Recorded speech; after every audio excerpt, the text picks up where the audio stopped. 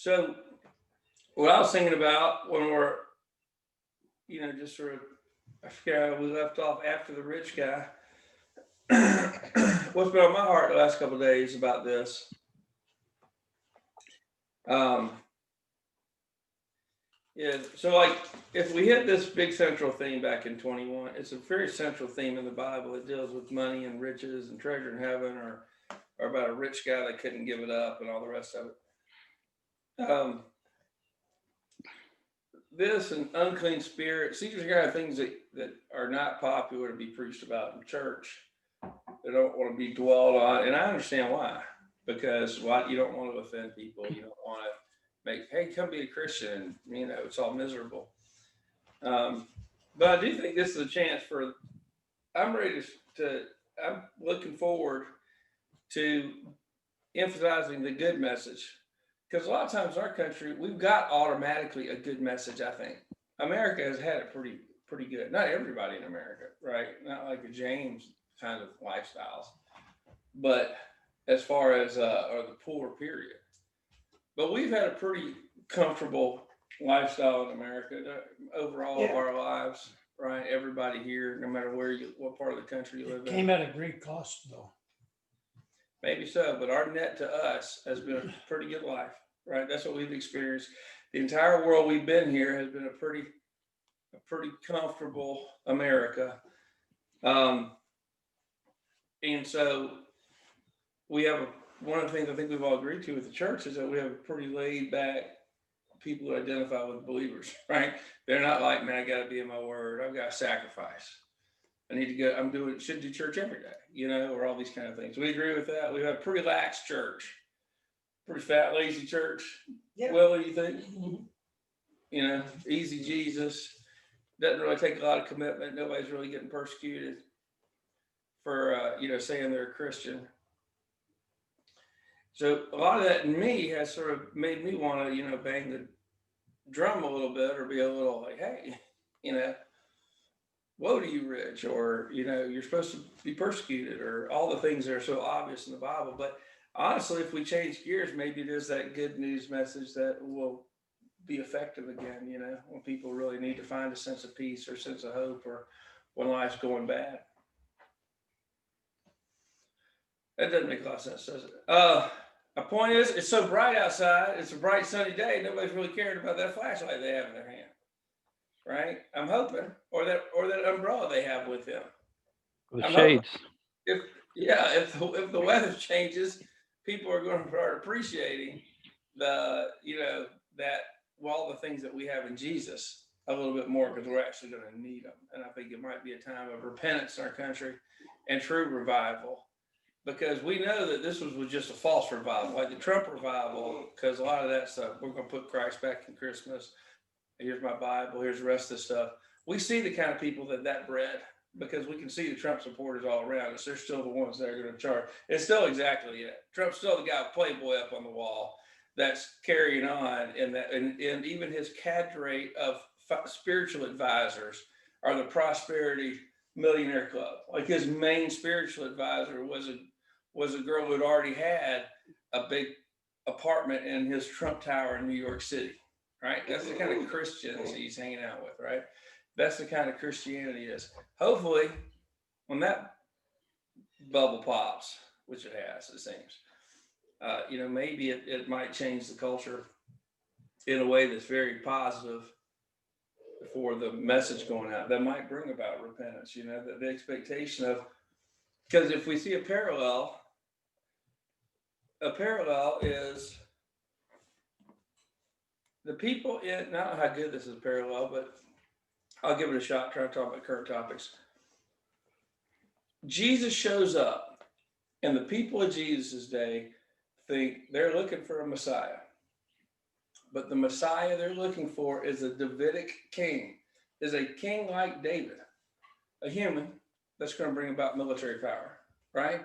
And they're going to restore the kingdom to Israel, a literal physical kingdom. Does that make sense?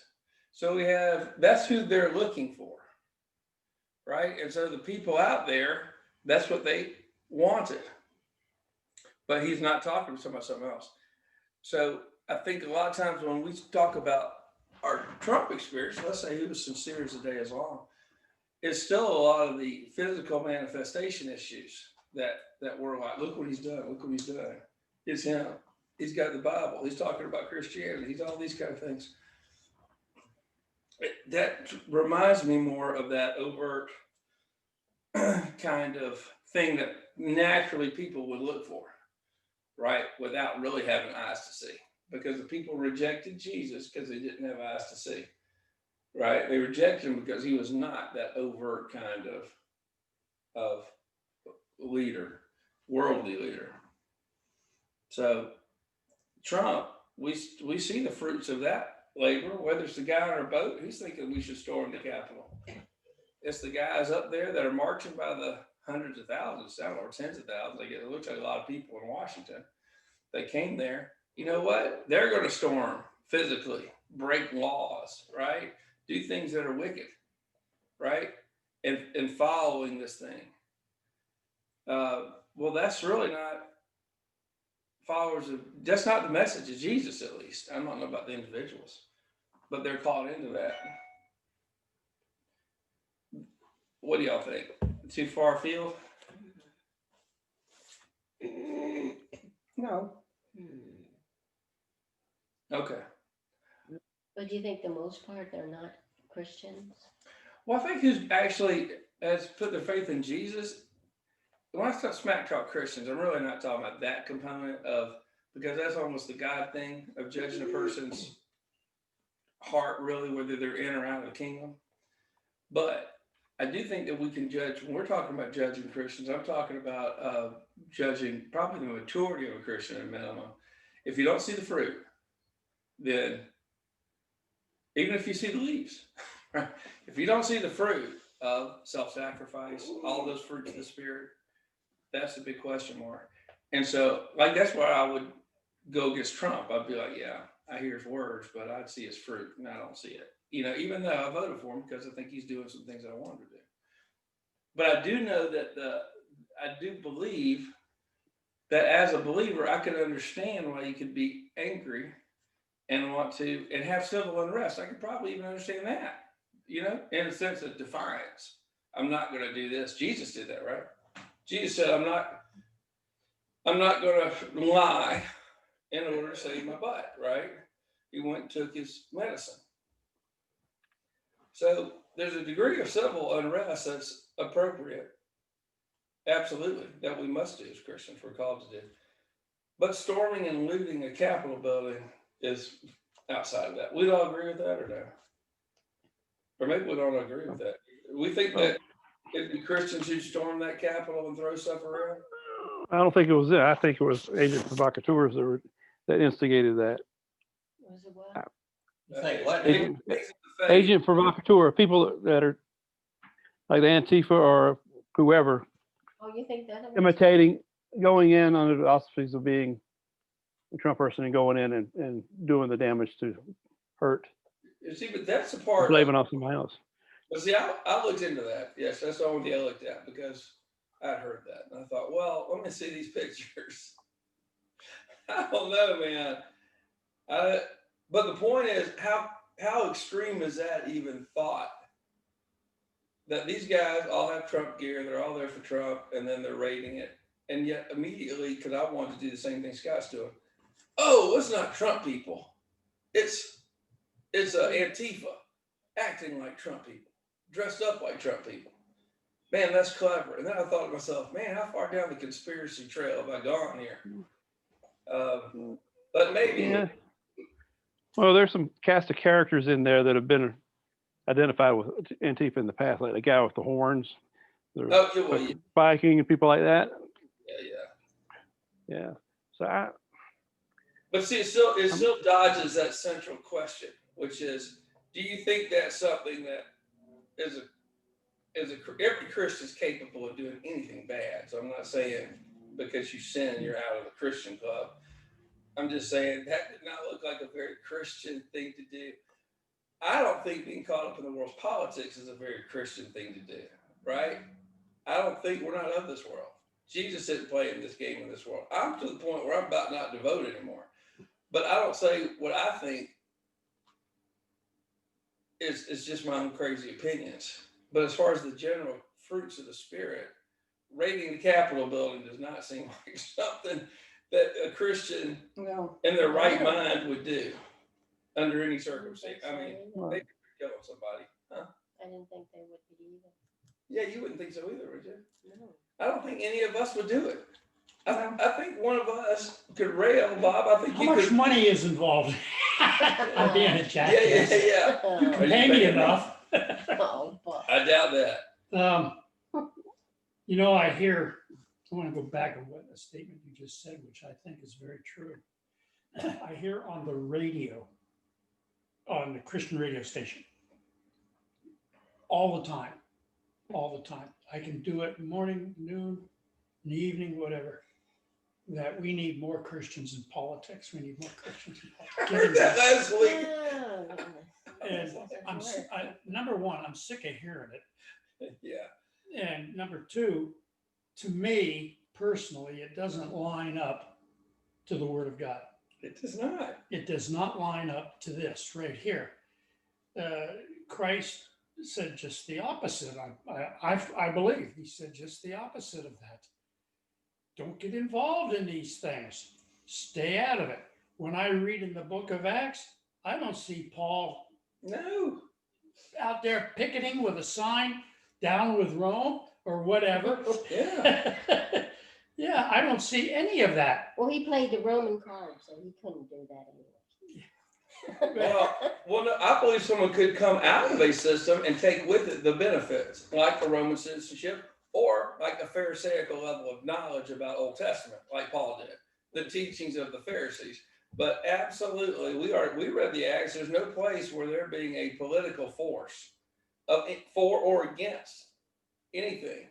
They're calling people out, right? Just for one purpose and one purpose only, and that's to proclaim the good news, the gospel. Jesus Christ and him alone. There's salvation in no other. Yeah. That's the message. That is the essence of this book. But you touched on a key part, and this really exposes, and I think this is the kind of revelation God's going to give a lot of us believers. The reality of our tradition tell us that, oh yeah, God needs Christians in politics. God needs Christians everywhere. God needs Christian bankers. He needs Christian lawyers. He needs Christian everybody. We're taught that. Guess what? Hey, in the Bible, not even close. There's no place in the Bible that talks about a Christian being a politician. And there's nowhere in the Bible that God says he needs help. That's for sure. The antithesis to that, Paul wrote, he says, whatever position you are in, when you come to the saving knowledge of Jesus Christ, and you are a child of God, whatever job you have at the time, stay in it. Mm-hmm. Now, if you happen to be a banker or whatever, be a banker. Be the best one you can be for the kingdom. Yeah, right. And that's almost a freedom to continue to do that. But to the extent that you hear the Lord calling or leading, you just go be obedient to the Lord. But you're exactly, yeah. That's a perspective. But think out of this perspective of bloom where you're planted kind of idea. But it's so contrary to the traditional Christian worldview that we grew up in, that God needs, we need good Christians in politics. It's not in the Bible. It is not. It's the opposite is in the Bible. Put down your nets, leave your secular thing, go preach gospel. You can argue, you can make that one all day long. I can make that case. But you can also make the case, well, okay, keep fishing, right? Yeah. Keep fishing and serve God, right? And obey God and all the rest of it. Okay, I can see how that argument can be made, that you don't have to put down. But honestly, that's Paul talking. And the group he was talking to about being able to just keep doing what you're doing, well, these are a group of people, I think that was in 2 Thessalonians or 2 Corinthians, one of those books, a second letter to one of these guys, because they'd all quit doing, they're waiting for Jesus to come back. They were sitting on their ducks doing nothing. Well, Yeah. if we're not going to go through persecution, he's not going to come back until we do. Yes, he's not going to come back till we do. Absolutely. And we just read it. I mean, if you happen to be a county commissioner and you go to a church service and all of a sudden you feel the Spirit and you accept Jesus Christ, stay a county commissioner. Be the best one you can be for the kingdom. If again, a personal conviction, but there's at least liberty to do that. That's right. Because if you're a drug dealer, you can't stay the drug dealer. You got to quit because it's a sin. County commissioners, if you're involved in politics and it's a sinful relationship where you have to be dishonest, or you're showing preferential treatment, or all those kind of things, or you're being treated as something special, other people respecting you, if that's a problem, you might need to quit, because your Christian witness might make you quit. Because if you really witness to Jesus, to the world you're in, They can you're always probably going vote to get you out of quitted. office, so what? Yeah, you could be getting paid underneath the table. Or just recognize that, man, I'm in a relationship with all these bad people. And guess what? This Bible does not have a place for you to be in relationship, working relationship, or otherwise, where evil's happening. Be ye not unequally yoked together, and that is in our business also. Everything. You got to step, you got to leave. It can be marriage, but that's where the emphasis is on marriage. But you don't want to take on a business partner if you're a Christian and you're running your business in a godly manner and everything else, and all of a sudden the other guy, he wants to cheat the customers and do whatever is wrong. Yeah. Get out of that. Fire him or go somewhere else. Yeah, and if you have to take the loss, take the loss. Well, if I get out, it's a private business, I won't get my money back out. Well, I guess you have to saddle up. I mean, I guess you have to pay a price. I guess you have to suffer loss, right? But God's just told us, like in this chapter, how he's going to repay us. There's no man that hath left house, brethren, sisters, fathers, mothers, wives, children, or lands for my sake and the gospel's, which means just being obedient. God, I'm going to try to follow you. So I got to do this thing. But Jesus, I got you. You're going to get 100-fold in this time with persecution. That's the part you talked about. Not only is he not coming back until there's an adequate number of martyrs, right? And stuff like this, the number of the martyrs is fulfilled, all these kind of, which is suffering. But even in walking with the Lord, it demands persecutions. And I can tell you, I've seen a little bit of politics through Joni's mother, my ex-mother-in-law, who's now deceased. She had no clue. Yeah, she was a nice lady and had a lot of common sense, and she was smart. But when she has to review a budget that's a book this thick, with a girl without any college accounting, without a college degree, none of that sort of stuff, or any of that kind of whole thing, and you're going to review a budget that thick, she had no chance. She's listening to somebody else, has to be, right? Because she can't understand. So that's where lobbyists and everything else in. And so that's my point. My point is, with the world changes, this notion of we need Christian politicians, we hear it all the time. But there's no basis for it in the Bible. I mean, zero. There's basis for it not being in the world. Joni you were in that kind of position, weren't you? Work for the government. Worked for the government, but you weren't really able to perform your duty Yeah. that they assigned you to because Yeah. I didn't have the Oh knowledge. yeah, right. she didn't have the knowledge. Yeah, but Joni's mom would raise her hand and go, "Aye," on passing some kind of bill Now, he's, that I'm his talking wife's about Joni. name is Joni. So in your Joan and his, yeah, he's talking about his mother-in-law though. Yeah, ex-mother-in-law. Uh-huh. Yeah, I mean, you end up being complicit in stuff. Think about all the bills. You get some stuff that's good, some stuff that's bad. I got in a lot of trouble. I had a job out of college, downtown Atlanta as an engineer, big public company. And I wouldn't do United Way because they supported abortion. So I was 24, 5, whatever it was. And the president of the company comes to me. My boss is all over me. The engineering manager's all over me, right? His boss is over him. And then the president shows up at my desk and is like, look, we're a 100% company. Everybody's got to contribute. I'm like, I'm not going to. I can't do it because they support. So here's Rick Pregel, the president, Jewish guy. But you know what I did? I was like, look, I believe abortion's murder. I'm a Christian. I'm not going to do anything that contributes to it. And dude, I thought I was gonna get fired. I mean, I really did. I didn't get fired, but what happened? What gave me the opportunity to witness that guy? Because I'm talking Jesus all the time to these people, right? Not the president, because I never see him, but this guy came down, and he didn't fire me, and I didn't do it. I think somebody else did something, and I'm sure they worked it out. Somebody did something in my name or something, but I didn't go with any of it. I didn't work on a solution. I didn't give them an option. Don't associate me with abortion, period. And it about cost. I mean, I thought it was going to cost me my job. It was a big deal. Why I say that, that's a little thing. But man, how much more if you're shining a bill in the law that does a lot of good, but yet it's still putting a lot of other money into abortion. And what are people going to say? Well, it would have happened if you weren't there. So much worse would have happened if you weren't there. You know, that's about that lame of an excuse, right? It'd have been better for one of these, because these congressmen, most of them are pretty smart, just stand up and go, no, Reject the bill. I'm not going to do it. Yeah. And then get removed and whatever. And they put those riders on those bills, every bill. And nobody can read And it all. nobody knows. Nobody No, they knows. don't, because think about it. They're voting on it. Okay, we don't have it. Okay, we negotiate, make some amendments. You think those fat old, the senators have time in that 2-hour period of time to really review it? Yeah, they got an army of attorneys or somebody sort of telling them. The point is that they're immediately complicit. I don't know. That's a little bit of an aside, but Well, it's a big thing.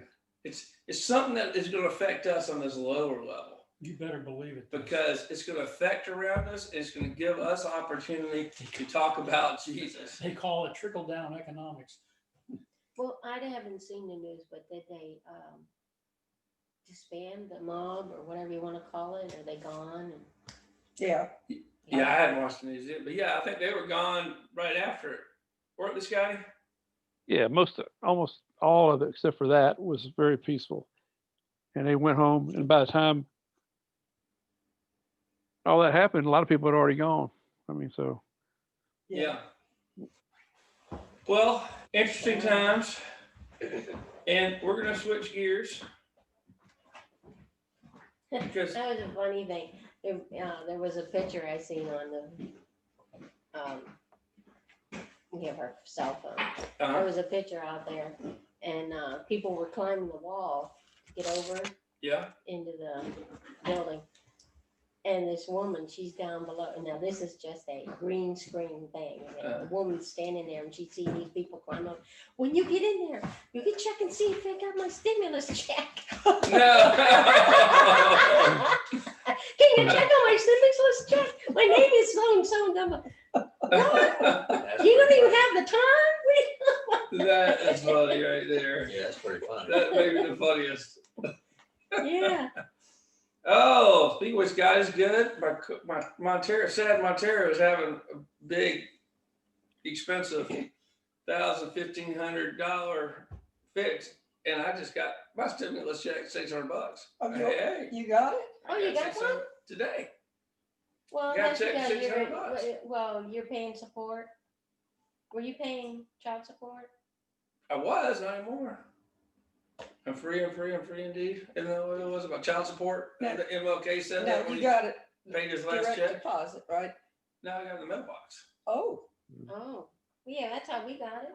Last time was in the mailbox. Oh. Yeah, I don't got need The direct only time deposit. you get I it don't direct think we're gonna get deposit one is if this you already time have around. it set up. Yeah, and I don't think we're eligible. No, we don't expect that. yeah, no, mine was I don't know direct what's going I on. deposit. I think it only involves people that were paying child support. Well, I don't know. I haven't paid No. child no, support. anybody under a certain income level. Yeah, y'all I gonna guess get it. eligible. 55,000. You guys are gonna get it. Under 75,000? Well, I guess we'll get If it. I was making 75,000, I'd mail that other check back to them. Liar. No, but mine was direct deposited Monday, I guess. Oh, Yeah, y'all get some money. Yeah, Yeah, I got mine. 1,200, huh? Hey, We That'll live help on boost Social the, Security and that's it. that'll help boost what we've been that's good missing. stuff. Good stuff. And I think we're doing pretty darn good. 'Cause we Man, noticed you that are. there's Doctor been, bills. we noticed that there's been a Yes. lot of What's that? We were doing fine. Until I got sick. Yeah. Well, God's got us. He's got all of us. He's the provider. It's Yeah. the grand He truth. prints money every day of the week up there, all day long. Yeah. If Trump wouldn't have been in when he was in, we wouldn't even receive that. That's true. Mm-hmm. Well, let's see Mark 10. So we did but as many that are first shall be last and the last first. And for me, it's just a reminder of the inversion. But I know Jesus is saying something literal. But this is the change in the story. So we got to shift our brains a little bit in the gospel, because we've read from Mark didn't really give us Jesus' birth account, but he gave Jesus his baptism account. So Jesus' ministry years. So Jesus has been cruising around up in the Galilee, up here around Lake Galilee. He's gone over here all the way to this Phoenician area, Syria, Phoenicia, right over here with that lady. He's come down here into, this was that area of, like right here, we had the old demoniac dude. And in this area, which this is an ancient map. The names on here are old, okay? So this is a different time. This is not Jesus' time map. I was using this for another reason. But this is, geographically, where Jesus had the whole legion thing went on, and he fed like 4,000, I think, over here, and it's Decapolis, whatever it's called, in Jesus' time. But now they're on the road. They're coming down. They're heading to Jerusalem. Okay, and guess what? They're not going back up north again, right? Jesus caught his last fish, right? He's coming down to Jerusalem, and it's going to be on. So we can expect, since that's where the narrative's going, we're going to hear things that are going to switch gears to this. Matter of fact, he's set us up already a couple times, because he's told them 2 times already about that at least 2 times, that he is going to have to be delivered up, that he is going to have to suffer and die, that he is going to rise again. So he's already talked about this bearing the cross and all that kind of stuff already. So let's start in 32. Mother, you want to read? I don't know if you can see from the Yeah. And they were in the way going up to Jerusalem, and Jesus went before them, and they were amazed. And as they followed, they were afraid. And he took again the 12 and began to tell them what things should happen unto him. All right. So we've seen so far. So now we switch gears, and they're going to Jerusalem. It doesn't really say what they're all talking about while they're in the way. Jesus went before them. They, is it his disciples, or is it was it the people he's going before them to preach ahead of them? But what we do know is that so we've seen the testament to the power of God, because he'll do a miracle to prove who he is, right? And then his teaching is so different and amazes people. But we see in the book of Mark that amazement is a sign, right, of impact. It's a reflection that whatever it is having an impact. And as they followed, they were afraid. And then it tells them that he broke down again to the 12 and began to teach them what should happen. Okay. So amazed, we can sort of imagine, just cruise along to get amazed. What about afraid? What do you think they're afraid of?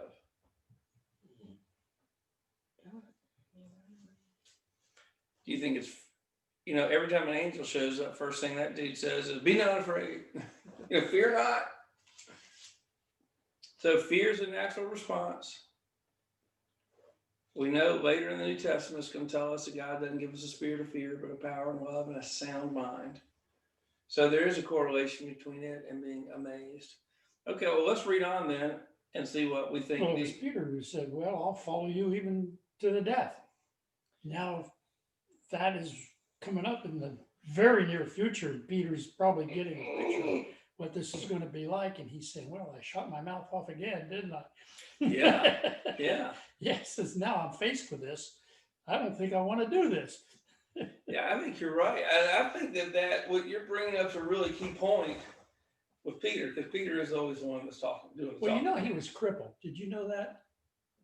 I did not. Yeah, he was the only crippled one. He always had one foot in his mouth. Hey, you know what? I took you serious. That was a joke. I feel betrayed. I took you serious, You would Bob. have had enough jokes like that from James, didn't it? Well, when you said that, Jeff's mind, I'm sure he went, man, is that in the Bible? I was thinking Yeah, I was that thinking Exactly what he too. just thought. You know, I was Sure. thinking that He too. set me up for a joke. He killed me. That was terrible. That's in Hezekiah Oh, chapter man. 3. Oh, man. Okay, that was a good one. But what we're going to see is Peter is going to have his moment at the end, almost a salvific moment for Peter, I believe. Peter's going to have to come to terms. Peter's got something going on that he's always speaking out. He's always getting it wrong. Well, there's going to come a moment with that when he denies Christ 3 times, that it's going to settle in, and that point on, he's going to be changed. Yep. But Jesus, what's cool with me is he's walking with Jesus for all this period of time, and Jesus is still waiting.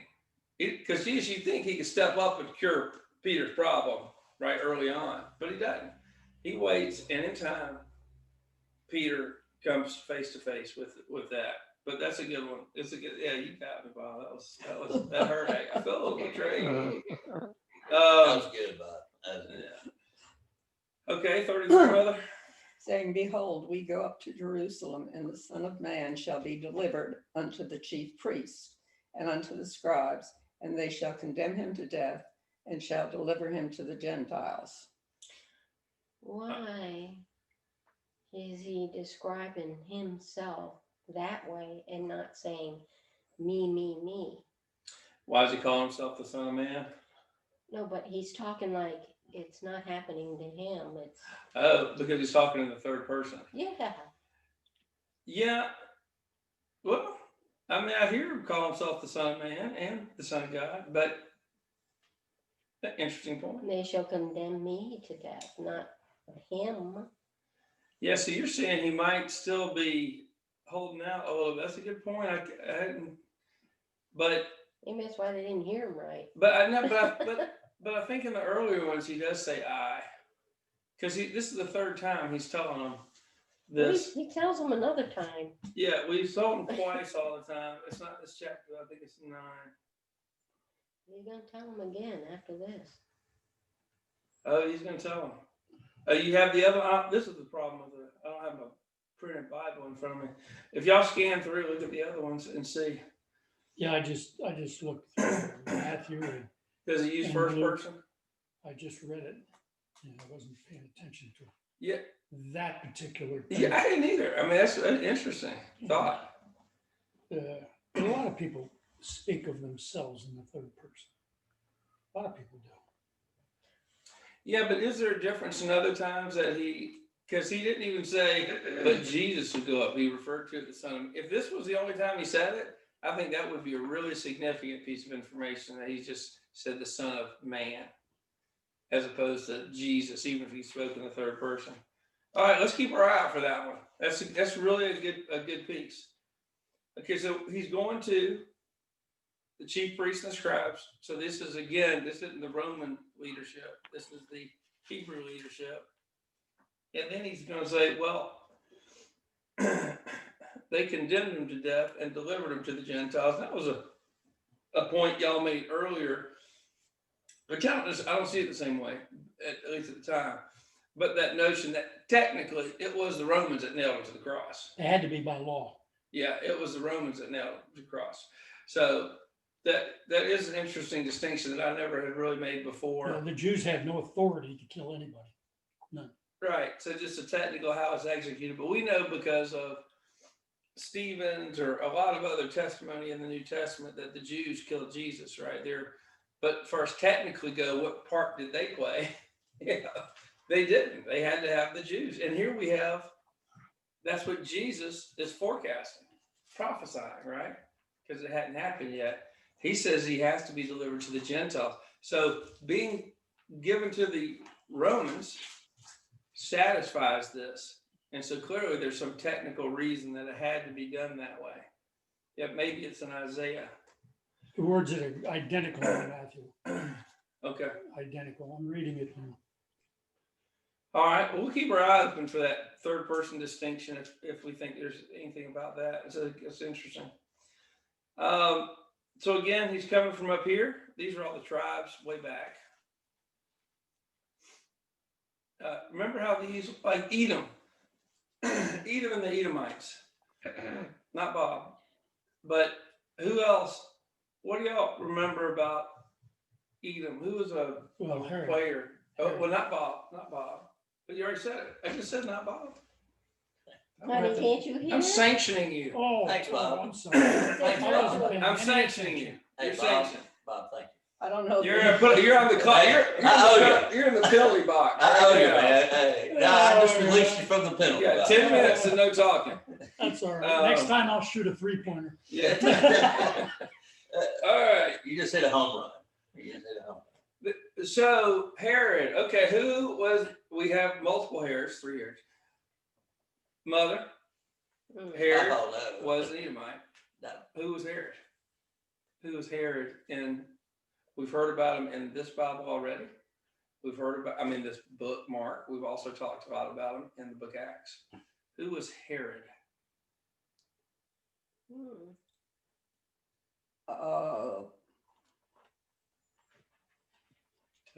He said he couldn't find anything to condemn him for. Pilot. Moving on. Willie, quit looking. No. Who was Herod? I don't He's even cheating. know. He's king. You just saw that. No, I Okay. do that. King Herod. Willie's showing out today. Janet, what you got on Herod? What? What do you have on Herod? I haven't read it yet. That's okay, don't read it. Who was Herod? I'm thinking of a girl. Herod, Herod. here's what's important. And this is why when you look at a map like this, we're going to have changed lives because we're all going to know more about this. When you look at a map like this, like Edom, Moab, Ammon, right? Other places, other names might not mean anything, but they mean something to us. Edom is a very important one. One thing I'm going to tell you about Edom that we didn't read about, of course, Edom is the descendants or the tribe of Esau. And how do we know that? Because the Bible tells us that, right? Yeah. So Edom is Esau, Jacob and Esau, twins, right? Jacob is the one that stole the birthright, stole the blessing, later became called Israel, later had the 12 kids, who all their names are right there. Well, not really, but basically it's 12 tribes. Okay, Israel followed God, kept the word, eventually David, Jews, etc., Jesus. Edom, no. Edom, enemy of Israel. Big time. Because Esau, who Edom is from, a different, derivative of, but the same group of people. Esau was obviously angry that Jacob stole the birthright. And so Herod, who we've read about, 3 of them, Herod the Great, right? That's when at Jesus' birth, it was Herod the Great. Mm-hmm. He killed all those babies in Bethlehem. Mm-hmm. He died shortly thereafter. Herod the Great was an Edomite, right? He was a descendant of Esau, even though they identify or have, maybe let's say, converted perhaps to Judaism. But their favor came from the Romans, right? Aristocrats. And so the Romans put Herod the Great and successors in there. So you got Herod the Great, Herod Agrippa, and Herod Epiphanes. Well, anyway, one other one. I can't remember all the time. Herod the Great killed the babies in Jesus' time. The next Herod is we hear about in Jesus' time, okay? The next one we hear about was the one, the middle one was the one who beheaded John, okay? The last one in the book of Acts, remember that guy that got eaten by worms? Yeah. There's a king that got eaten by worms immediately. That was the other one, right? They're all related to Roman rulers, but they come from Edom. And so the story of the Bible, these ancient stories, is just continues to be the story. This basic story in the Bible continues forward, even when, even in the process of time, there's still an underlying simple story. Anyway, they're heading to, just a flashback on what Jerusalem is like, right? We've got, things are close, like Mount of Olives is close, right? This is that big Temple Mount, outer gates, the outer courts rather, Solomon's colonnade porch. Yeah, when you read the Is over scriptures and it says he went to the temple, Yeah, he never went inside to the Holy of Holies. yeah, He stayed in Solomon's colonnade. They don't tell you that in scripture, but that's where he was at. When he overthrew the money changers, that's where they were at. When all of that, when he went and preached in the temple, it was never inside the Holy of Holies. yeah, It good. was- Yep, exactly. Who's So- he going to go in there to see himself? Yeah, and you're right. So they have that, okay, right, exactly. Good to go. All right, so we got a little perspective. Here's Jerusalem, here's the city. This is where the rest of the story is going to be going. Jesus is going to be cruising from up here down to Jerusalem. Okay. And that's where we're at. So Janet, you want 34? And this slide? And they shall mock him, and shall scourge him, and shall spit upon him, and shall kill him. And the third day he shall rise again. All right. So he gives this one. How explicit is this? This is pretty detailed. This is, well, he hadn't even gotten to Jerusalem yet. Now Jesus has gone to Jerusalem many times. I mean, we do have a story where he's 12 years old. He was in the temple, right? But he's going there regularly because he is an observing, practicing Jew. So this is not his first trip, but it will be his last trip. And he's giving in grand detail what's going to happen to him. All right, 35. Me? Yeah, you might keep reading. And James and John, the sons of Zebedee, come unto him, saying, Master, we would that thou shouldest do for us whatsoever we shall desire. And he said unto them, What would ye that I should do for you? And they said unto him, Grant unto us that we may sit, one on thy right hand, and the other on thy left hand in thy glory. Okay. Well, So they're asking for a big. yeah, I mean, They're it's, asking for a promotion and a pay Yeah, raise. wow, they but want to it's be. also sort of sweet too. We're going to be Mhm. right there with you Mm. because this is John and James. John is numero uno disciple. I mean, in one of the others, because he was most likely a disciple of John, with John when Jesus got baptized. Okay, so John probably, even though we sort of have him going to Peter and Andrew, those brothers first, but John and James are tight in there. And so there's a part when in the Gospel of John, which is this John the disciple, he refers to himself as the one Jesus loved. So on one hand, it certainly does look like might be self-serving, that they're looking for good stuff for themselves. But there's also a part, especially when you read the Gospel of John, you realize that there's really a sweet love, personal affection, want to be closest to you kind of thing. So I don't think it's somewhere in between those things. I think this is. We've already had one of these, didn't we already have where they were bickering in the way? Yeah.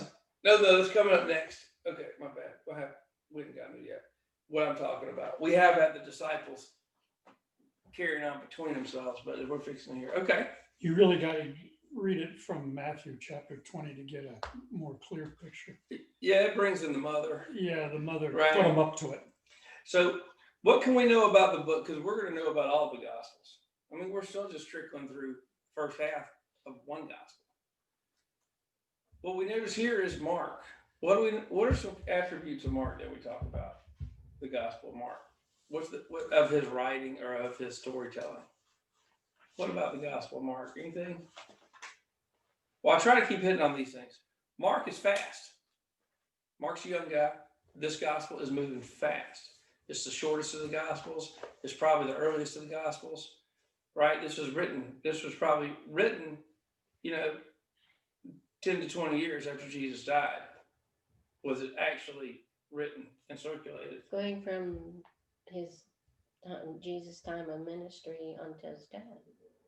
Yeah. From the time he started ministry. Yep, and that's what all the Gospels will cover. But Mark is different than the rest of them because it is fast. It is immediate. So like here, in 34, we ended up talking about Jesus saying, I'm going to die, I'm going to get beaten, I'm going to have all these things. There is no discussion. There is no transition. There is no, summation. We go from that idea, shift gears, and now we have guys talking to them on the road. It makes sense?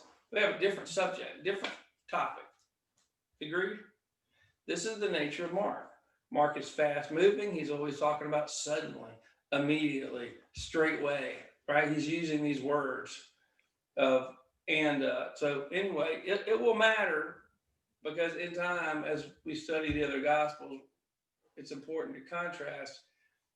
This is the style of Mark. There's other things that we're going to be able to see how it differs from a Matthew, basically based on the audience that Mark is speaking to. Okay, but when we get down here, yeah.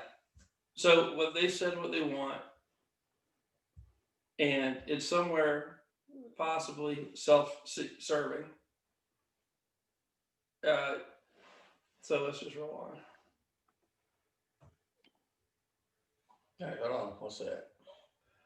Okay, Wait, what's the Jesus disciples wanted top government jobs? that's what Bob's saying. Yeah. That's Bob's point, which is true. There's one way to read it, the obvious way. It says, okay, these guys want promotions, they want bigger everything. I'm not taking away from that. I'm adding to it and saying, well, I was being facetious. yeah. But no, I mean, that is like the obvious way that it comes because when he's talking about in the book of Matthew, it has his mom, these boys' moms in there Oh, she put them up to that. trying to get them to do it. So it really has a fleshly component to it. And that's the fleshly component wanting government jobs. Okay. The other one is John. First of all, these two dudes are passionately in love with Jesus, John and James both. And you know why? Because there's something, we're fixing to read something that's really important. He's fixing to tell them that, okay, yeah, you guys are going to come after me. You love me, you're definitely going to come after me. Guess what? James was the first disciple to be martyred. His head's cut off by Herod.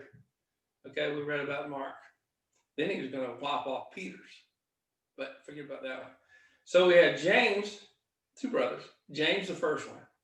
John, he was alive long after the rest had all been murdered, right? Martyred. And John was the dude on Patmos on an island in prison, writing Revelation, the revelation of Jesus Christ to the churches. So they're bookends of all the disciples. One's going to be the first one to die. John's going to be the last one. And there's I have a side question. At what point, when did the other James, Jesus' brother, when did he become a disciple? When did he start? Yeah, I didn't read it in the gospel. You only read it in the book of Acts. So I believe it's most likely sometime after. Right, I didn't know if they knew historically when. But it would be the book of Acts because remember, we read the time where Jesus was in the house. That was in Mark. Remember when Mark, Jesus was in the house and he lowered the guy through the roof, the hill? Well, around that period of time, they said Jesus' mother and brother, basically his family, was saying, hey, he's crazy. Let's get him out of the house. Yeah.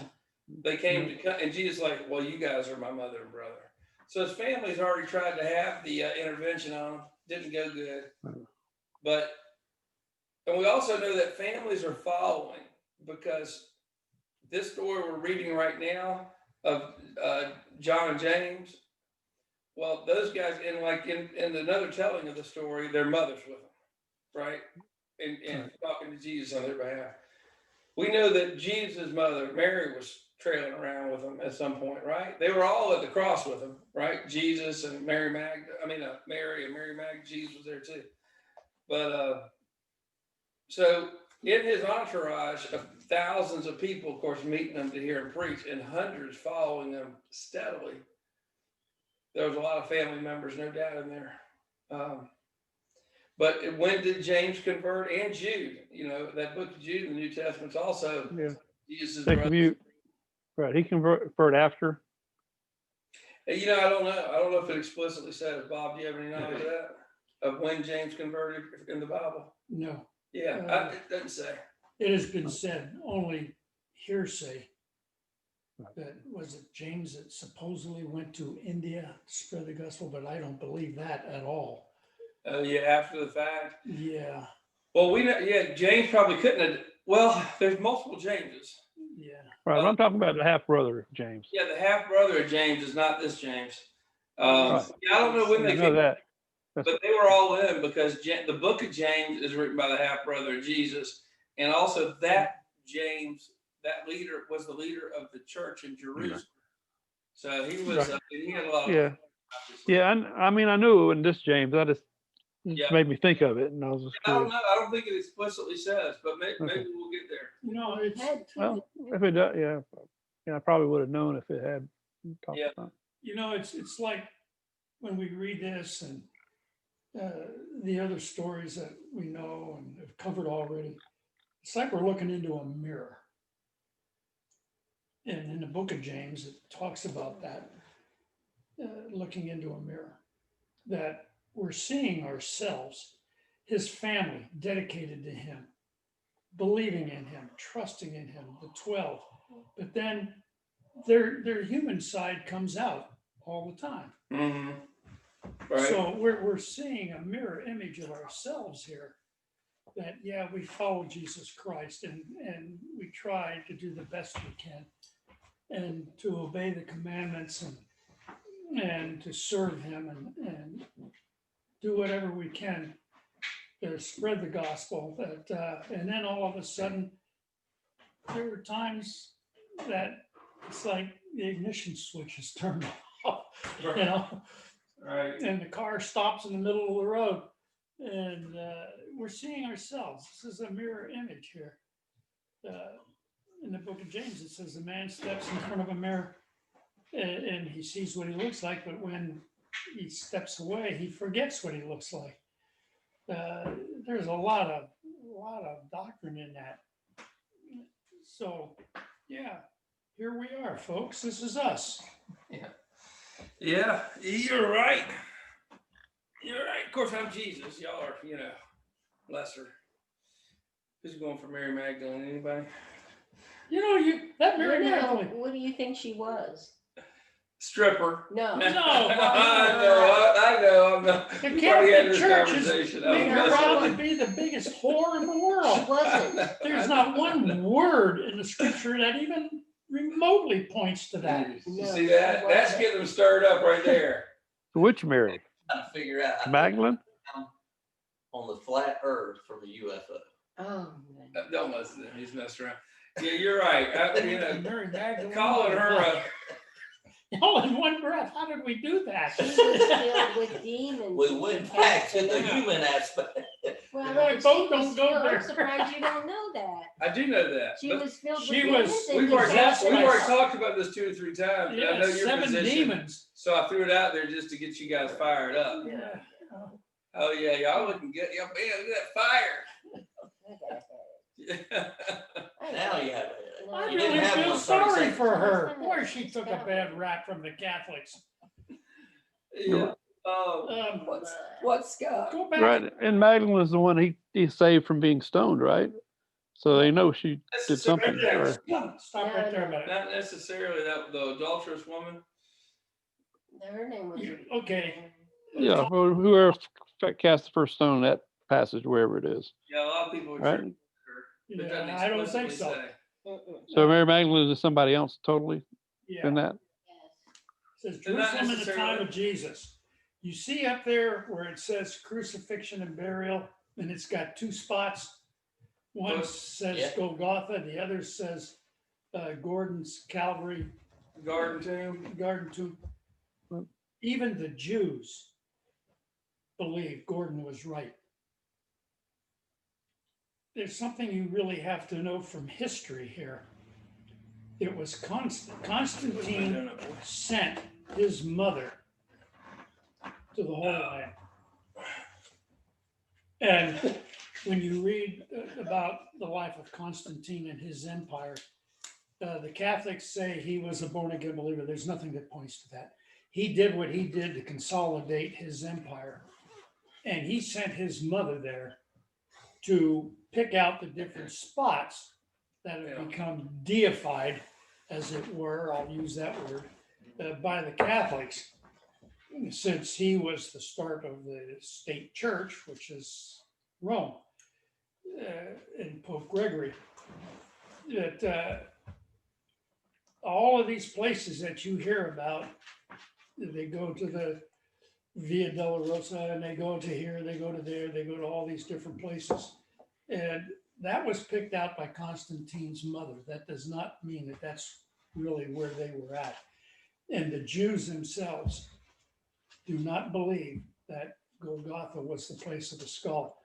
It was up there where Gordon was a man, a British, like a soldier, but he was also an archaeologist and a historian and stuff.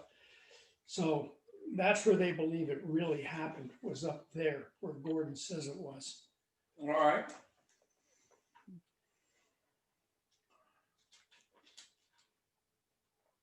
Okay.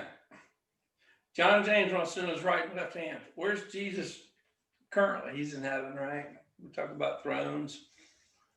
The right hand of the Father, right? God, Jesus talks about, look, you can sit on my throne with me, right? That's what he talks about. But a throne oftentimes is a reflection of not metaphor, but it's an image of power, authority, rule, right? So they're talking about, they want to be in his right, left hand in that glory, right? In his rule, basically. These guys are still thinking he's coming to earth. I mean, at this point, they're still thinking he's going to set up his rule on earth. They're not thinking, most likely, I don't think they're thinking in heaven, right? I think they're thinking he's going to set up rule here on earth, and they want to be right with him. Here's some examples of thrones. Who knows what this is from? Asgard, right? Asgard. That's Is that a baby. movie? Good call. Yeah, this is Odin. Odin, This is his son Thor. Oh, that's right. This is Loki. the Norse gods. Yeah, so you have, of course, you got crows, you got all kinds of stuff. I think there's more than 24, and I doubt those are elders. But we get descriptions of things in heaven, and there's a lot of gold and stones and things like that. But here's some thrones. There's the Trumpster sitting on a throne. You see, when I sit on the throne, I have absolute power and authority. You know, That's the only time. I started to go there, Bob, but I chose not to. Chose a higher path. Well, sometimes I don't have the authority to leave the throne for a while. So It's getting worse. Let's go. All right. Here's the Game of Thrones thrones with the swords. For anybody watch that. No, I don't. I don't know what that is. Here's the throne, the seat of Peter. This is the Pope's throne, not the one in the teeth, but this is the old school one. When he sits on this throne, Which one? the other one, Ugh. this right here, all kinds of messed upness. But it's all about the sun worship, Babylonian. See how the throne's above the clouds. Remember we read about Lucifer so many times. He's seated above the clouds, all this kind of stuff. There's no level of, we could dig into the grossness of this thing all day, but we won't. Here's these guys. That's the the king queen. and queen. Yeah, they got their thrones. And they got their little. Is looks that like- their actual throne? That's it. It almost looks like the Masonic symbol above their heads. Oh, it is all the same stuff, brother. Mm-mm. But they have all their crests, and they're all involved with creatures and all kinds of stuff. It's all. I mean, the rulers of this world, in my strong opinion, they get their power from the fallen, the darkness, the evil ones, these dark spiritual powers and high places that Bible tells us all about. So, I don't know how we have a hard time putting it together. It's just that's the most simple explanation. Is that the rulers of this world are empowered by the true rulers of this world, Darkness. and they're maintained over time. I mean, Queen Elizabeth, what is she, 215 years old? Who knows? But here's another one of the Pope's thrones with all the devils coming out of hell. Oh, His What is entertainment. that thing?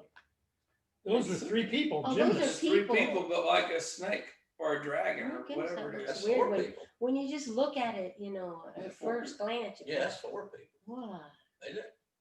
I don't know. Yeah, it is. Yeah. Yeah, there's four people. There's There's the 3 on the college bottom and of 1 on Three the on the top. bottom, one up top. But the stuff they do, and like, think about this: the stuff they do in the name of art is really messed up. It's really worshiping the darkness. It's a reflection of the true darkness because this stuff's going on around us all the time. Dragons and the rest of it, and this is the same seat from backwards. You see the snake head and the fangs and Yeah, what the tongue. is that? A church right there? No, that's Vatican. On the bottom. That's the Vatican. That's the Pope's reception hall. This is You where look he at the speaks. one on the, you Well, look, I was looking over here. The College of Cardinals is over here. Yeah, no, that's actually here. honey, that's the Pope right there. Yeah, This I know is a who that close-up. is. I know This who is he this is a close up of what's down here in the front of this thing.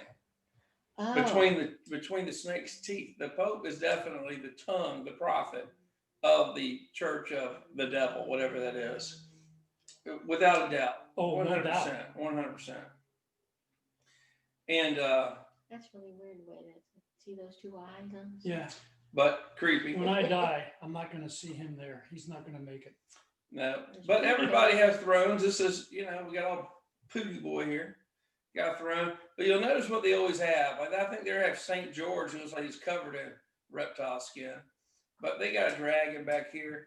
There's always dragons and stuff, Oh, it's just a story from the past. No, I don't think so. These are Orthodox Church guys, right? Which in 1000 AD, the Catholic and the Orthodox Church, that's when they split. But they're very similar, same kind of thing. Well, every one of the countries, like you have the Greek Orthodox, you have the Hungarian Orthodox, you have, yeah, they all have their own Orthodox churches. Yeah. It's an insane. But it's all super occult. I mean, that's the thing. They act like they call themselves Christians, but what Christ? Not the Christ, because Christ means anointed. Christ means Messiah. We have one, they have one. Okay, it's not the same one. And Paul talks constantly about people preaching another Jesus. So let's wrap up this little story about John and James. Willie, you want to read this? Jesus said unto them, Ye know not what ye ask. Can ye drink of the cup that I drink of, and be baptized with the baptism that I am baptized with? Okay. So who's he talking to? What two people is he talking to, Willie? James and John. James and John, the two brothers, because they're asking to sit with them. Think about this is like John Bible saying this is so relevant to us, because this story is really about us, right? Because we're going to be with Christ, and they're saying we want to be with you. He's fixing to tell them what it takes to be with Him. This does not change. This is for us today. This is what it takes for us to be with Jesus. He asked them the question, can you drink of the cup I'm fixing to drink of? Can you be baptized with the baptism? That's a question to us believers today, not just these two. But it's very different than the popular Christianity we hear about. 39. And they said unto him, We can. And Jesus said unto them, Ye shall indeed drink of the cup that I drink of, and with the baptism that I am baptized withal shall ye be baptized. But to sit on my right hand and on my left hand is not mine to give, but it shall be given to them for whom it is prepared. right? Well, God sits on his left hand, so nobody can sit on Jesus's left hand. You got to always keep in mind, Jesus is God. Yeah, there's a part there that there's more to it, That's right. because right hand also, I mean, the right hand means is power. It means agreement. Right means a lot of things. And I heard a phone ringing. yeah, it's mom's. Oh. You want your phone? Yeah.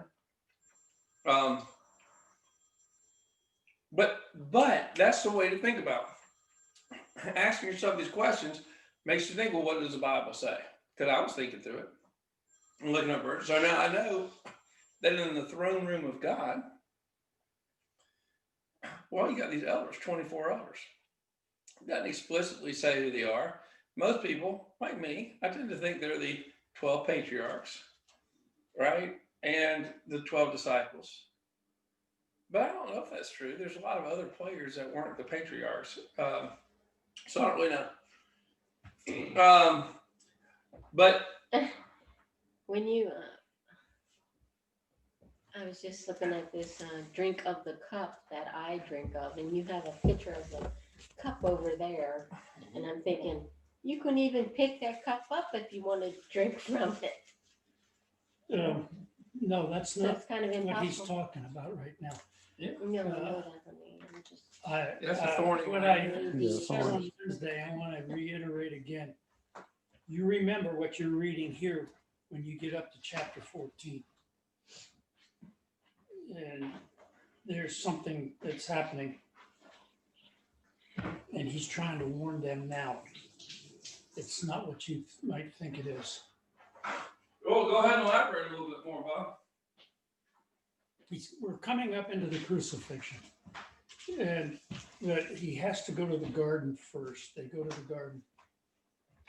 And I'm going to emphasize the fact that this is the scripture as I see it and as I have studied it over all these years, that I do not believe the church has been telling us the truth. Haha, go figure that. Right. And he's in the garden, and we're going to read that in chapter 14, Garden of Gethsemane. And he's taking Peter, James, and John, again, same three guys with him. And he says, you sit here, and he went over a little distance away, we don't know, a few steps away to kneel down and to pray. And he's praying for something very, very specific. And this is where I believe that the church goes the left field one. They're not even in the ballpark on this one. Is that, and he tells them this, he words it very carefully. And it is recorded accurately. I really believe it's recorded as it happened, word for word. Is that he says, can't you stay awake with me even 1 hour? And he goes, and it says in one of the other gospels, he sweat great drops of blood. And the medical profession has put a name to that particular thing, and I don't remember what it is. Diaphoresis, I think. Okay. I didn't hear what you said. go ahead. Diaphoresis, I think it's called. Diaphoresis. Or, but I may be wrong. I mean, I'm mixing up with But something similar, but it's not. he says, stay awake lest you fall into temptation. He uses those words. And when you read that and you read in the book of Hebrews, and I believe Paul wrote Hebrews, they say nobody knows who wrote it, but the language and the verb usage and stuff points to Paul, even though Paul doesn't come out and say that it was his letter. And it was written to the Jews, is that he was being tempted enormously by Satan to die prematurely, not go to the cross and die there, but to die right there in the Garden of Gethsemane. That he was being tempted right then. had he given into that, and the prayer that he says to his Father, take this particular cup from me. And he tells the disciples, stay awake, lest ye fall into temptation. And then afterwards, he was ministered to by the angels. And all of it points to the fact that this was Satan's last stand here, that for him to die prematurely. He says, I am under such duress. When you say, well, you can't say it, yes, I can, because from the age of 12, when he says, I must be about my Father's business, he knew emphatically what was coming down in the future for him. He knew. He did not do anything to try to avoid it. In the Hebrew text, I told you Wednesday, turned his head as flintstone. He would not be distracted from what was coming to that cross. He knew. He wrote the book of Isaiah. He knew he was going to be beaten almost to death. Right. Yeah, So- pounded him into hamburger. Yeah. So you're saying, which I've never heard what you're saying before, but you're saying that Jesus was tempted in the garden to die in the garden and not go with, not get kissed and taken up to be crucified. Okay, and tell me again how that it relates to the cup that we're talking about. Well, here. that is the cup. It's not a physical cup of something to drink. It's this. You're thinking that was specific there. Is it, so how are they going, if that's so? Because normally I probably take the majority position, which is this notion of a cup of suffering, definitely metaphor, like you said. Yeah.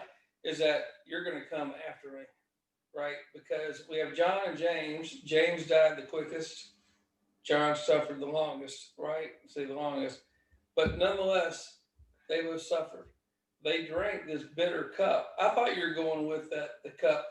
Jesus on the cross, they gave him gall to drink or something. But Yeah, that's vinegar. But the deal is I've always taken this. I think most people do. Why they call it the cup of suffering is it's similar to taking up the cross, right? Are you really going to drink of this suffering that I'm fixing to go through? Because the next part is not just this drink of. Can you deal with the baptism I'm going to be baptized in? And that's the baptism of death, right? So, and they both went that way, right? Well, they all did. John eventually died, but he was tortured. But the rest of them definitely died, in some form of being martyred. Okay. But Jesus is saying, you shall indeed drink this cup, right? So he's saying, you're going to follow me, and it is going to happen. The Living Bible, which most people do not accept. I only use it when I'm working with teenagers and stuff. They like the way it reads, but the Living Bible points it out very clearly about that. And then there's a footnote at the bottom of that passage that it has been a point of controversy in the evangelical church for many, many years. And you just don't hear it said that Satan wanted him to die in that garden. The temptation was enormous. Yeah, that's interesting. I have to think. Have you ever heard of that before, Scott? Well, it's always kind of what I thought. I mean, that was his biggest temptation was. Right. I mean, because you can read the intensity of it.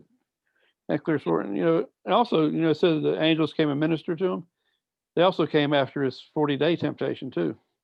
Right. Yeah, they did. So they were probably some of his biggest challenges, or temptation-wise. I didn't know they ministered to him in the garden, but we'll get there. I think. Yeah, no, you're probably right. I've not really thought of it. Let's read the last little bit. So what did we start off? We started off with this course. John and James want to be by his side. He's like, well, you don't know what you're asking for, first of all. And also, it's not mine to give. But can you drink the cup I'm drinking? Can you die, or be baptized? Well, I'm baptized. Yes, you can. You will. Okay. So then, 41. Well, you just read that one. And when the 10 heard it, they began to be much displeased with James and John. I love this one. My favorite verse in the whole study today.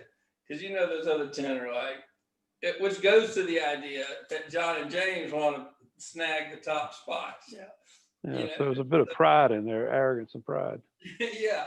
And it is these guys who are My all mother 30, made me do it. 30 something. Yeah, because these aren't kids. All these guys are over 30 for sure. And that's funny. Much displeased. But Jesus called them to him and saith unto them, you know that they, which are accounted to rule over the Gentiles, exercise lordship over them, and their great ones exercise authority upon them. So this is the world he's talking about, right? But so shall it not be among you. But whosoever will be great among you shall be your minister. And whosoever of you will be the chiefest shall be the servant of all. So minister, servant, right? Not so much preacher, servant. So we know before this last story about John and James is when he said, first will be last, last will be first. So do y'all see the literary constructs of how so before we started, right? They were cruising, he's telling about this, but then they get into the John and James, right? And John and James. They're heading to Jerusalem, they're going to kill me. John and James want to be right and left-hand side. Okay, so this is, but to cap it off beforehand, first, last, last, first. Okay, now he goes through this little story we got about John and James, and then the people are upset with them. And guess what? Caps it off. Greatest, least. First, last. Inversion. So when we're reading the word, this is the literary constructs that we see through it. Does that make sense? It's worth noting because it's helping. There's something important in it that hits the whole idea. But he's pointing out here, this is another reason that that they which are accounted to rule over the Gentiles exercise lordship over them. And their great ones exercise authority over them. So imagine that. We're in this world, we get authority, we get position, we get rank, we continue to get rank, power over people. Well, oddly enough, this is our conversation of should we go out and do secular things. But so shall it not be among you. Right? Not be among you. Now, I could easily make the case that, hey, this is not how we're supposed to live. Right? But I'm not going to make that case. I'm just going to say that how the world and Christians are very worldly. At best, you'll hear about servant leadership. Well, to be a leader is a servant of all. Well, guess what? Are you really being the least when you're making, $100 an hour and the people under you are making $8 an hour and can't feed their family? Right? Because that's what secular jobs work, right? As you go up, you make more. But the other people down here, the guy running a manager of McDonald's makes $70,000 a year or so. Whereas the poor black child at the front is making $8 an hour. Can't feed her kids. Now, what I'm saying is there's a lot in the Bible that might have take issue with that. And that is about unpopular stuff that you can say. And so we're in the world, but Jesus is saying we're not supposed to be like the world. I'm not saying you get a higher paying job over other people that do less, or there's not merit pay and things like that. I'm not saying that because that's not what I don't believe the Bible teaches. That you need to be poor, you need to be. Let me just back up. All my point is he's saying don't be like. He's saying here's the way the world works. It shall not be that way among you. That's right. If you're my followers, you do not operate the way the world operates. We should be applying this constantly in our lives, right? This is the Bible teaching. Unfortunately, this is not the church teaching because churches are just like the world. How much did you say 12 Stone Preacher made? $700,000 a year, right? But they got volunteers parking cars, and they got other people in that church that don't have, two nickels to rub together, right? They've got all kinds of other things. There cannot anything be godly about that. A lot of these preachers sidetrack it because they end up going out and having other business interests, or they'll write books and take proceeds from that. So they say, I don't take any money from the church. I don't know where the line is. We've all got to figure that one out in our own hearts. James McElrath, who lives here, he was the pastor at Oh, yeah. United Methodist. Do Yeah. you know him? No, but the name. Go ahead.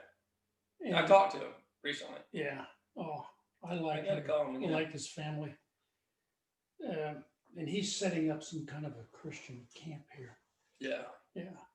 Gotta talk But to him. he made a statement from the pulpit that it was a real grabber.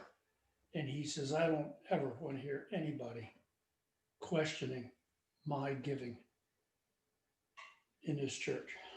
Yeah. Because he did. He gave so much. He gave his salary almost back into the church. Yeah. He And came people under- have a good testimony because of that kind of stuff. John Wesley, I suspect John Wesley's testimony is so important because Wesley, though he was a man of an educated man, you had to have means to be, your family had to have money to do that in the day. But he lived on a very meager income the rest of his entire life, even though he had more, just a little bit, and gave all his income away. Well, that building It's critical. down here in Gloucester that they just did that parking lot on, they do youth ministry in there, and she Well, didn't. that's part of the church. Yeah. It's written on the The side, Methodist and one of Church. the things that Oh, boy. Wesley emphasizes, about 8 or 10 things down there, quoted from Wesley, and he says, make all the money you can, spend all the money you can on the gospel. Yeah. Yeah. Well, I hadn't read that part of it, but that's probably true. But this thing that Christ is calling us in, like we talked about this morning, we hear a Christian message that tells us that God needs Christian politicians. You ain't gonna find it in the Bible. We hear a message that, well, God wants you to go out and do all these other things in the secular world. You're not gonna find it in the Bible. Matter of fact, what you're gonna find is the opposite. The antithesis of The opposite. And so here it is, the least greatest servant, and we think it's some kind of, there's more to this. And we're going to wrap up at this verse. It says, for even the Son of Man came not to be ministered unto, but to minister, and to give his life a ransom for many. Yeah. Why that? And that's the punchline. That is the absolute bottom line. Jesus is going, look, I myself, God of all creation, I'm coming down, and instead of y'all, I'm ministering, I'm serving, I'm washing your feet, and I'm going to die for you. I'm giving everything I got, even though I'm God. That's the truth. What we're taught about getting along with the world, it's just not the truth. And even if it's inferred in churches, right? Because you have, like, let's just keep picking on 12 Stone. Like you go to 12 Stone and you have a rock show. What? They've got $200,000 worth of light and smog machines. I have Wow, jamming. They got cameras zooming in on those tender moments of the praise singer praise singing. And the fact of it is, and then they got a preacher comes out. Guess what? These are the cool dressed, cool this, cool that, comes out there. Now, the reality is what happens. Well, people do get moved. People have an experience with God. They do baptize a lot of people. They do give that core gospel salvation message often, I've heard, right? About coming to Jesus, giving your life to Jesus. But when you look at it, it seems so the opposite of what the Son of Man came not to be ministered unto, but to minister and to give his life a ransom for many. He's doing this out of humility. He's doing it out of everything else. So, but we heard, what did we hear? This is last chapter, I think. Some guy was baptized in somebody else's name. I mean, in Jesus' name, but he wasn't one of them. And he's like, well, just let it go. That's sort of the way I feel about a lot of the churches. That, but my concern is not so much that a church is doing it poorly. The concern is that we don't know that people aren't taught this piece, that we don't know that it's really about deny yourself, take up your cross, follow Jesus. Anyway, and that friendship with the world is enmity with God. That's for sure. That's the bottom line. And so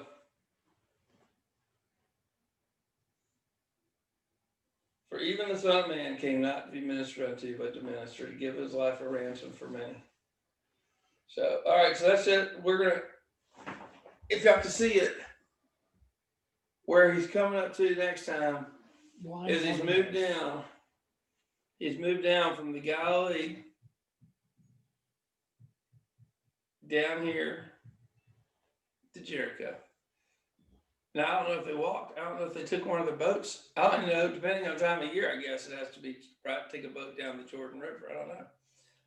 But unless Rome But they're built down the here. roads, and that's what Rome, one of the things they were famous for, was road building. Yeah, they're leaving Jericho.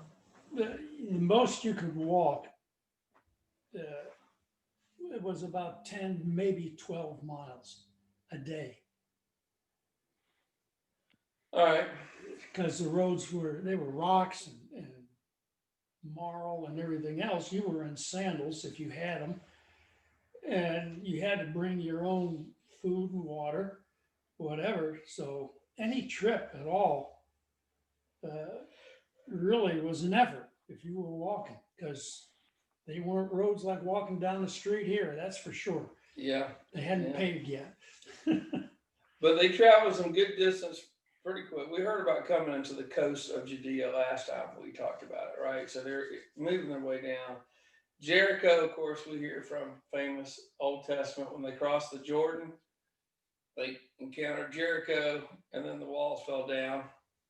That's pictures of archaeologically, You see, back up a Today, couple of Jericho. slides. Back up. and that's the city of Jericho, and that's the walls in ruin today. Back up. Keep backing up. Keep going. One of your maps. It was on one of your maps. Here's, Yeah. Just a minute. Let me see if it's here. I got some more at the beginning. There's Jerusalem. Okay, it's on a different map. It's off on this one. It'd be off to the left.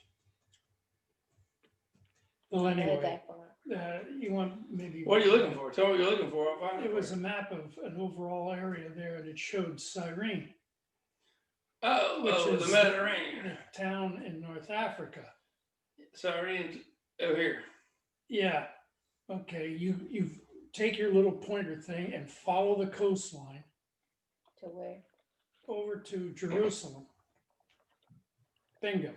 That's 400 miles. All right. Now, when you were coming up to it, not in this book, but in John, Simon the Cyrene was forced to carry the Pantebellum by Rome to take it off. The cross. Carry the cross Yeah. for Yeah, Jesus. it was the Pantebellum. He's It using wasn't a big words. cross. He had to walk 400 miles I don't to think you go took from both. Cyrene to Jerusalem, and it was for the Passover. He went there to celebrate the Passover because it was Passover time. Christ became the Passover lamb. Yeah, most likely taking a boat. Don't you think? Everybody's taking boats across this thing. But I got you. But you're 400 miles away. So where you going? Man, it would have taken him a long time to walk those roads. Oh my gosh, yeah. Yeah, Might as well stay in Jerusalem. I mean, 2 months ahead of time. Yeah, that's a impossibility. Okay. But Well, the boat thing, maybe if the Uh, favorable winds, if the winds are at their back. that sort of covers again, remember how we're talking about Jericho, just remember. So Jesus coming down Jericho, you're right. They came to Jericho, and as they went out of Jericho, they don't get Jericho didn't get a verse. But what are we hitting on here? We're still hitting on things that have a lot of historic stuff that is going on. This isn't the first important, first. Now Jericho has the Son of God come walk through it. That's where we're going to leave it today. Any comments? Let's get back to top politics. Scott, you still riled up? Because Scott will get riled up. Well, I'm trying to get unriled up and get it out of my system. You're doing good, man. You're doing good. How many people, we have a friend of ours that lives on the island in an old home, Randy Irwin, the Irwins. And he's got a small sailboat across from us, and he's never on it. He just comes down to look at it. And he is so distraught over this whole mess with what's going on in Washington, the election. And he claims, and him and his wife profess to be Christians, and they are just torn apart with this. And there's nothing I can say to the guy because we've talked, and they believe what they want to believe and feel the way they want to feel. But literally, You got to come out of the world, buddy. Well, you two call it, Scott, how many years have we talked about? Scott used to be super political, didn't you, Scotty? Yeah, I'm still. I mean, social media, everything else. He's so interested. How many times, Scott, have we, in the last 30 years, we'll sit and I constantly get Scott grief about coming out of getting caught up with the political stuff. Don't I, Scotty? Yeah, well, yeah, it's been a But constant. you've really changed these last few years. I mean, whatever's going on. Yeah, a little better. Gotten off Facebook. That's a big one. Yeah. So when people, that's the kind of opportunity we got to talk to people in this world today. There's 1,000 things we could say. It's just if we're willing to lose a friend. That's the key. You got to be willing to lose a friend. But to say, man, you know what? God really is against us being caught up in the world. Aren't you a Christian? Why are you so caught up in the world? Because this is not our world. We have so many opportunities now. Brian, you did a great job last night. Brian and another one of our friends texting, goofing around.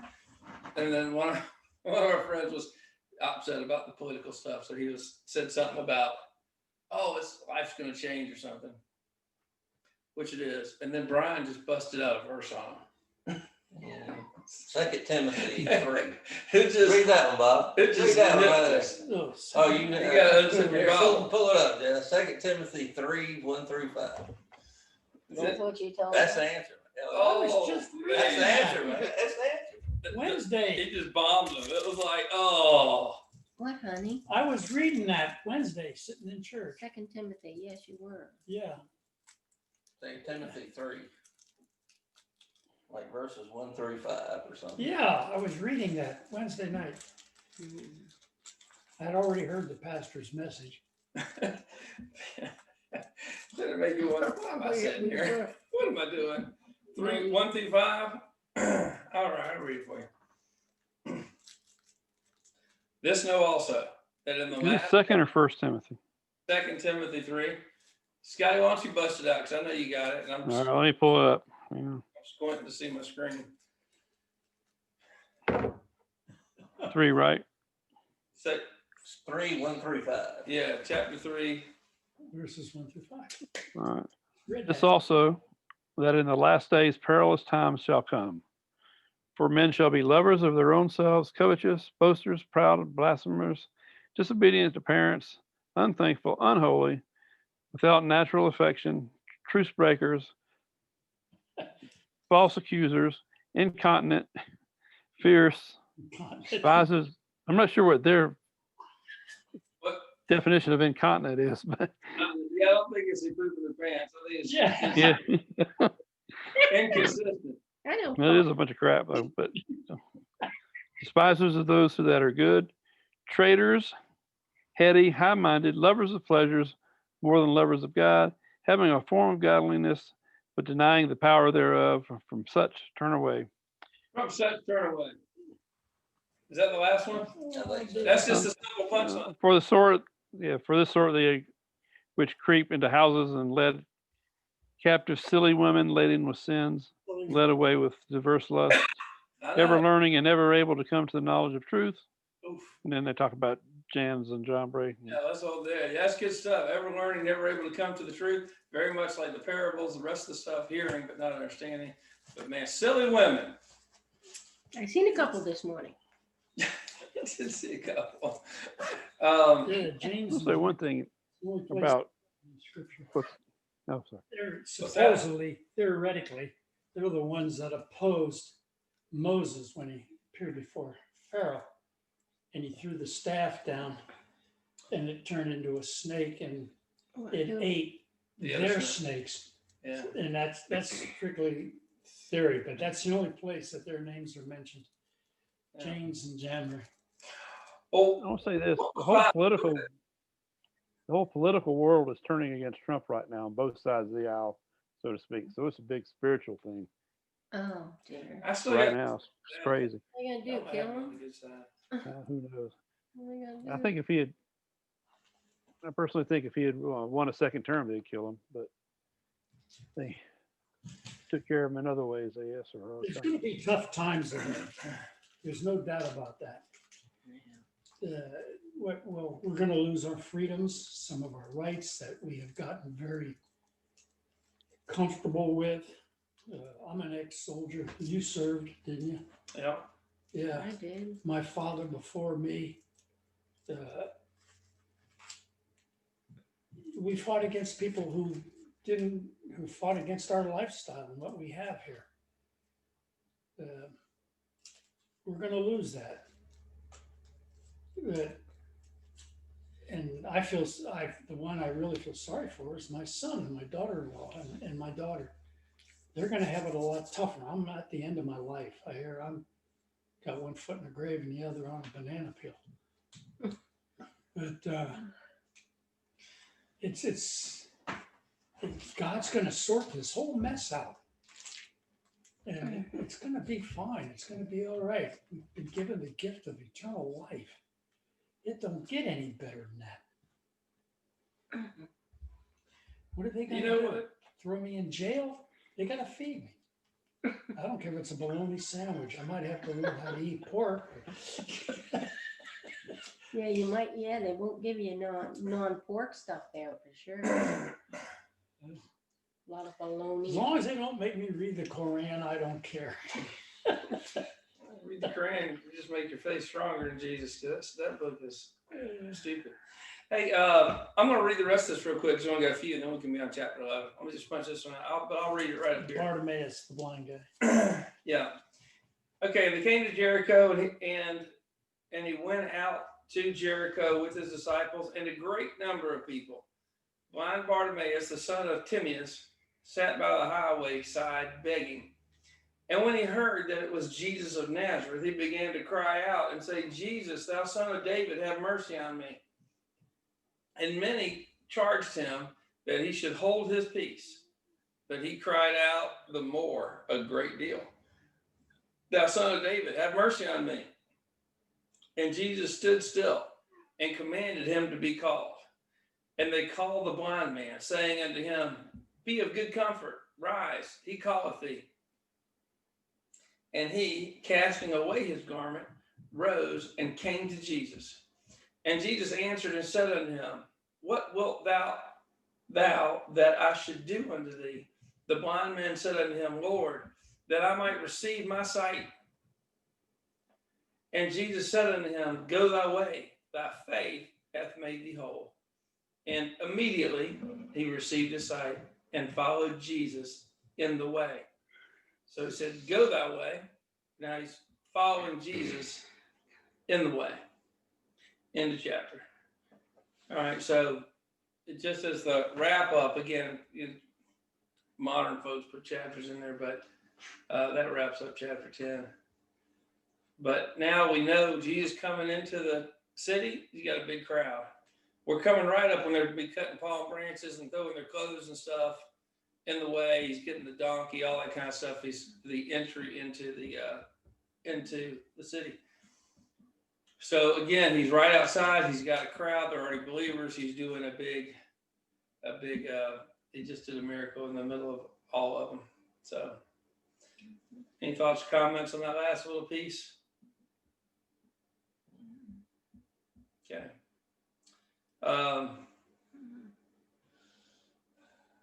All right. Well, let's pray out. All right. Who- Yeah. Scott, any special